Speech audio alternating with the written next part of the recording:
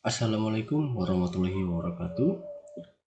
Pada video kali ini kita akan belajar ya atau meneruskan mata kuliah pada grafika komputer, yang dimana pada video kali ini kita akan belajar bagaimana memasukkan ataupun menambahkan gambar ke dalam P5CS, yang dimana cara-caranya adalah langkah-langkah yang harus kita lakukan adalah untuk memasukkan gambar. Yang pertama di sini adalah kita harus pertama sekali adalah kita mencari atau masuk ataupun menyediakan gambar yang akan kita masukkan ke dalam P5CS-nya. Oke, jadi ini merupakan editor daripada P5CS ya, tampilan awal daripada P5CS, yang dimana untuk menambahkan atau memasukkan daripada gambar pada lembar kerja kita di sini nanti kita akan menambahkan filenya. Nah, tapi untuk menambahkan filenya di sini adalah kita harus login terlebih dahulu. Oke, kita harus login terlebih dahulu. Nah, loginnya pakai akun Google saja, nggak usah buat akun atau segala macam. Di sini kita login menggunakan akun Google. Kenapa? Kalau kita tidak login, maka upload file di sini tidak ada. Nih, saya kasih contohnya seperti ini. Saya sini logout. Maka di sini dia upload file tidak ada. Maka di sini disanakan ada login. Pilih aja login with Google. Kemudian ini. Nah, maka di sini dia akan muncul daripada upload file. Oke ya. Bisa dipahami dulu ya. Nah, bagaimana cara mengupload. Nah, sebenarnya caranya di sini cukup mudah. Adalah cara memanggilnya adalah kita memanggil gambarnya nanti di sini. Kita nggak usah perlu buat ulang. Berarti di sini adalah kita sudah menyediakan gambarnya kita masukkan filenya ke sini, kemudian kita panggil pada lembar kerja kita. Oke, di sini kita lihat saya menyediakan 4 ya. Di sini saya menyediakan 4 gambar. Di sini saya menyediakan, tapi di sini gambarnya ini gambar model 2 dimensi. Nah, ini model gambar 2 dimensi, bukan 3 dimensi ya. Oke, ini semua gambarnya tuh gambar 2 dimensi, bukan gambar 3 dimensi. Oke, ini emoji. Oke, ini mula. Oke, jadi di sini gambarnya gambar 2 dimensi. Jadi kalau kalian mau cari gambar 3 dimensi ya nggak ada masalah, terserah, itu sama aja proses gambar 2 dimensi ataupun gambar 3 dimensi, itu juga semuanya adalah sama aja. Oke, berarti sini kita upload file, kita di sini dokumen gambar kita masukkan semua. Ini kemudian oke, kalau sudah di sini di close aja. Oke, kita tambahkan lagi tadi bola ya. Habis bola di sini ada font. Oke, habis di sini kita upload filenya adalah emoji. Oke, kemudian di sini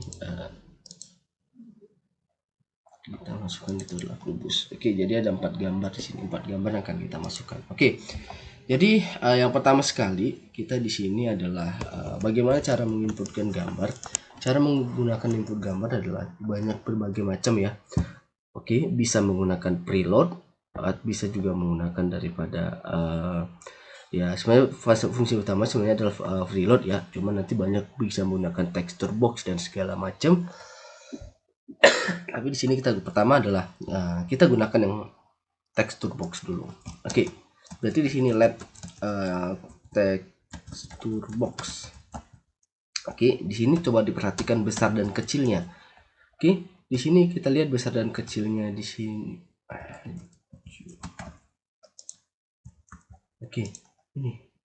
Kalau dia di sini huruf kecil kita buat, maka nanti dia otomatis dia akan adalah salah. Jadi di sini adalah kita harus pastikan dia huruf besar kecilnya. Oke, di sini let ini adalah sebagai sebuah variabel, yang artinya kita mendeskripsikan sebuah variabel apa sih yang akan kita buatkan, atau variabel apa yang akan kita panggil nantinya. Misalnya kita sebuah program, inilah penamaannya. Kenapa? Karena di dalam ini kan ibaratnya pada P5JS kan ada sebuah coding ya.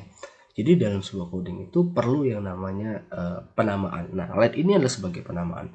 Oke, kemudian function preload. Function preload ini dia sebenarnya proses untuk pemanggilan ataupun proses untuk memasukkan gambar ke dalam lembar kerja, tapi belum proses ya. Oke, sekali lagi, fungsi preload ini adalah sebuah proses yang dimana di sini yang di sini semua ini nanti akan kita panggil di sini fungsi preload. Oke, sekali lagi, semua gambar di sini, semua file atau gambar yang ada di sini untuk memanggilnya adalah kita gunakan daripada fungsi preload. Fungsi preload di sini. Nah, untuk panggilannya, untuk prosesnya nanti kita gunakan di fungsi itera. Oke, kita satu dulu aja ya. Jadi nanti di sini ada dua video pertama dan video kedua. Nah, jadi yang video pertama di sini saya gunakan dulu untuk masukkan yang si kubus saja ya. Texture box. Oke, I-nya juga harus huruf besar, nggak boleh huruf kecil. Kemudian, nah tadi kubus ya, di sini berarti kita gunakan kubus titik png, kubus titik png. Oke, kemudian titik koma jangan lupa di akhirnya. Oke, berarti sini fungsi preloadnya sudah selesai, yang artinya untuk pemanggilan daripada kubus ini sudah selesai. Kemudian fungsi setupnya di sini saya coba 700. Nah, di sini saya akan menambahkan sebuah rotasi. Kalau sebuah rotasi berarti kita gunakan nanti adalah WebGL. Oke. Di sini sekali lagi saya akan menggunakan sebuah rotasi, di mana rotasinya di sini saya akan menggunakan karena dia rotasi, maka di sini kita menambahkan adalah fungsi WebGL. Backgroundnya mungkin coba saya buat, oke, backgroundnya 200 aja. Oke.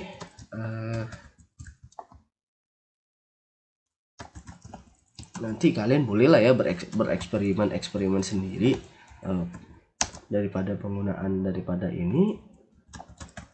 Nanti saya jelaskan apa ini like ini untuk apa.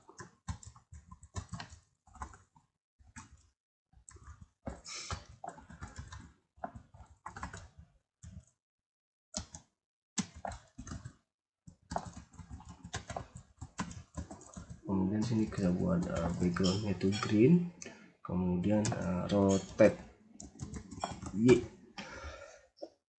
Oke, jadi karena kita menggunakan WebGL, rotasi itu bisa bergantung dengan apa? X, Y, dan juga Z. Ingat ya, kalau dia ada seperti ini. Jadi rotasinya gimana? X, Y, atau Z. Oke, yang akan jadi kita gunakan fungsi WebGL. Jadi di sini ya kita gunakan rotate Y, di mana rotate Y-nya di sini adalah frame count. Untuk di sini kita bisa menggunakan dua. Untuk rotasi kita bisa gunakan miles, mili per second, atau kita gunakan dengan frame count. Oke, kalau kita gunakan frame count berarti nanti bentuknya seperti 0,01. Oke, kalau kita gunakan miles berarti nanti kita gunakan seperti ini.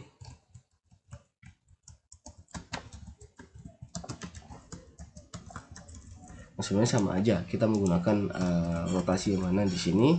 Saya gunakan nanti kalian paham sendirilah kalau sudah sering menggunakan daripada frame count 0 dikali 0,01 lah ya. Kemudian oke, kita buat nggak pakai garis, kemudian gambar 255 tekstur ini untuk pemanggilannya. Kemudian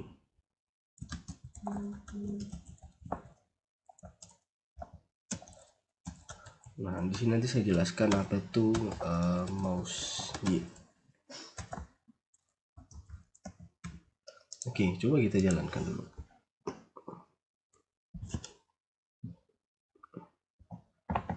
Oke, di sini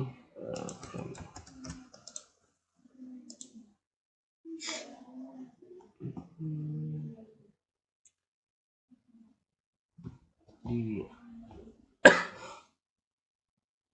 frame, frame count, C-nya huruf besar di sini bukan huruf kecil. Nah, pantas dia nggak berubah warna. Coba kita lihat. Oke, sudah.